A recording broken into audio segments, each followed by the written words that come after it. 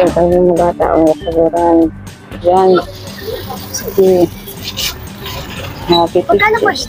10.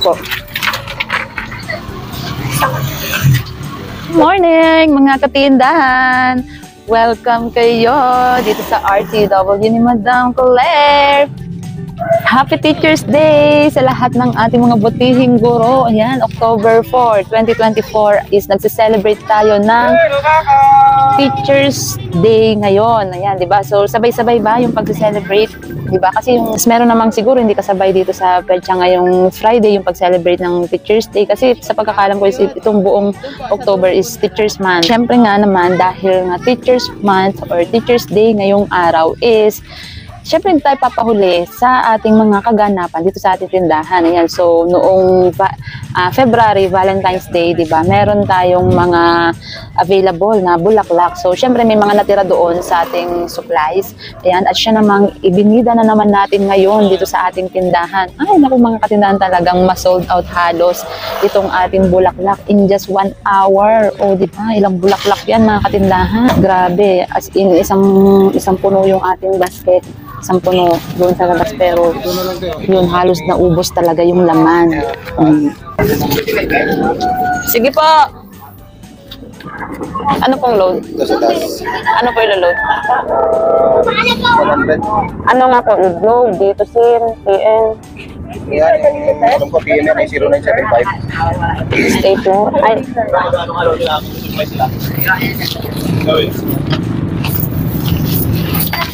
EM pa 978 Pwede pala ka po ng mga tigil mo. 105 Hindi po magkagat. Apa. Ito po yung 20. Ano tayo nagkagat na? Ito na nga mga katindahan at bibilangin natin kung magkano yung lahat ng na kinita natin sa loob ng isang oras dahil na Teachers Day ngayong araw October 4 2024 yan, Friday yan. So bilangin natin kung nakamagkano tayo, although dito naman is hindi naman ito puro bulaklak lang. Merong ibang nasingit na may bumili ng mga, ano bang mga binili? Shades. May tsinelas din yata. Ganyan. Tapos, basta ano, sama-sari na ito, walis ting-ting, ganyan. Pero karamihan dito sa ating kinita na ito is for bulaklak Teachers Day. Bulaklak, paper bag, mga school supplies, ayan. Meron dito buong 500. Yan. Mga katindahan nito naman is, ano tawag dito, meron din naman tayo nilabas dito na mga bariyang panukli.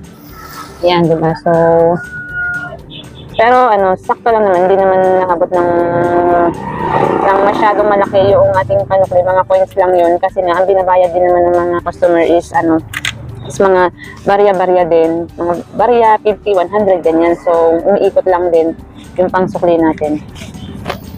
Ayan. So, pibilangin natin sa loob ng isang oras kung nakamagkalit tayo. Yun ang kagandahan mga katindahan kapag tayo ay palaging alert sa mga kaganapan sa buhay ng ating mga minamahal na customer, di ba? Dapat alam natin yung kanilang pangangailangan. Malayo kami sa school, mga katindahan. Kung siguro kung ako yung estudyante, tapos ito yung tindahan, tatamarin pa ako maglakad. Diba? Kasi malayo. Isang kanto pa ang layo. Tapos, kung sila'y pupunta dito sa tindahan namin mula sa school nila is ano, marami pa silang mga iba pang tindahan din na madadaanan na pwede naman na may ganito ring paninda. May mga school supplies din, may mga siguro may mga bulaklak din siguro, ganyan, kung nakapag-prepare sila, diba? Saka, basta mga, ano, sa school, siguro naman may mga ganito din, diba? Pero ang tanong is, bakit dito pa sila sa aming tindahan pumupunta, diba? Ilang tindahan ang madadaanan nila bago pa sumapit itong sa amin. Diba? Siguro dahil alam nila na kapag dito sila pupunta sa tindahan namin is talagang kumpleto, makakapili sila, hindi lang basta bulaklak yung mabibili nila, hindi pa, hindi lang isa, hindi lang dalawa, hindi lang isang design. Yan, bilangin natin. May buong 500. Ang binili dito yung mga paper bag, ang dami na 150 plus sila. 100, hindi, mga kulang 200 kasi nadagdagan pa ulit ng mga bulaklak. 500, 5, 6, 7, 8, 9, 10, 11, 12, 13, 14, 15, 15, 1520, 1520. Ipagpalagay na itong mga barya, ito na yung kinuha kong panukli sa aking panukli na 20, 40, 60, 70, 80, 90, 100, 110, 10, 25, 125, 125 yung coins. Tapos ito ay 1520.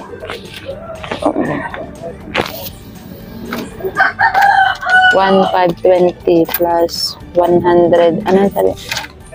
125 ba yun? Yan. 105 yung point. So, ang suma total ng ating pera dito sa table is 1,625.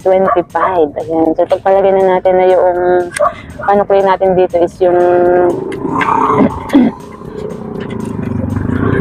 yung sobra na 125 or more.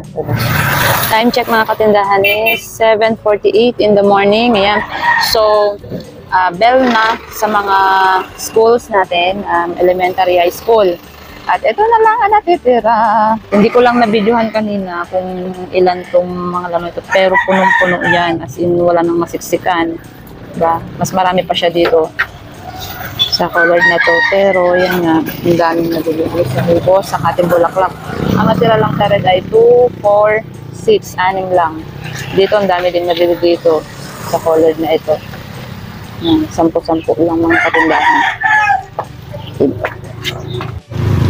Ah! Ha? Ubos. Paano mo nasabi? Paano mo nasabing ubos?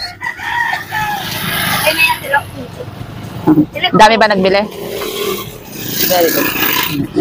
So, bukod nga dyan sa mga bulaklak na pinamili ng ating mga estudyante, magulang, para sa kanilang mga teacher. Yan, gumalaw din ang ating mga red ball pen. Yan. So, sinamahan nila ng red na ball pen, meron yung thick pen, ganyan.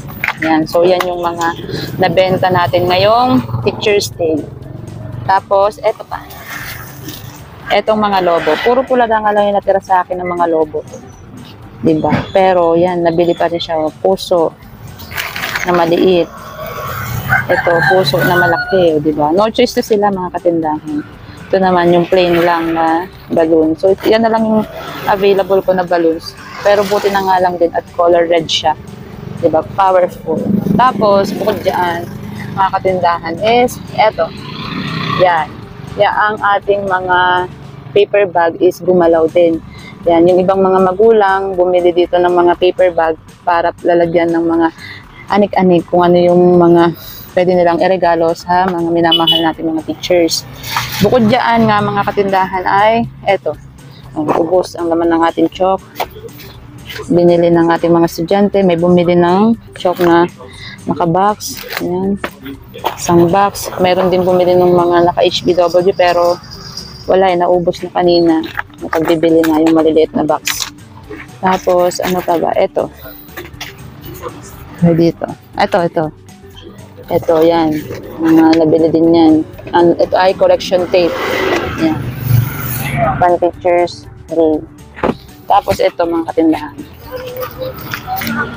Ano na ito? Highlighter set. Ayan. So, yung ibang walang mapili kung ano yung nireregalo nila sa kanilang teacher. Ayan. Yan yung mga common na binili dito sa aming tindahan ngayong Teacher's Day, di ba? Nilabas talaga natin yung bulaklak para mabilis makita. Yung ibang mga walang balak bumili is napapabili.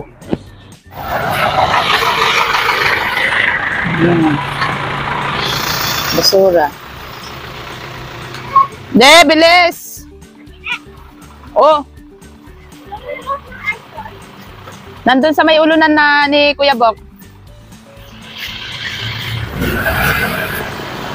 So, ibalik na natin itong mga coins na napagbentahan natin kasi tapos na ang bilihan.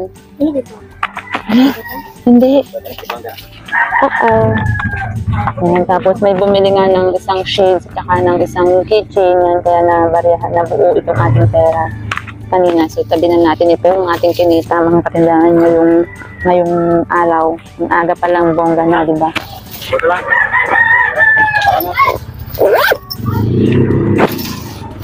So hanggang dito na lang muna mga katindahan nitong ating video. Yan, sana ay may napulot na naman tayo na panibagong technique, panibagong diskarte dyan sa ating mga tindahan. Kung ano-ano nga yung pwede pa natin gawing diskarte, di ba? Para kahit paano is bumebenta talaga, di ba? O maraming salamat sa inyong palagi panonood and happy selling!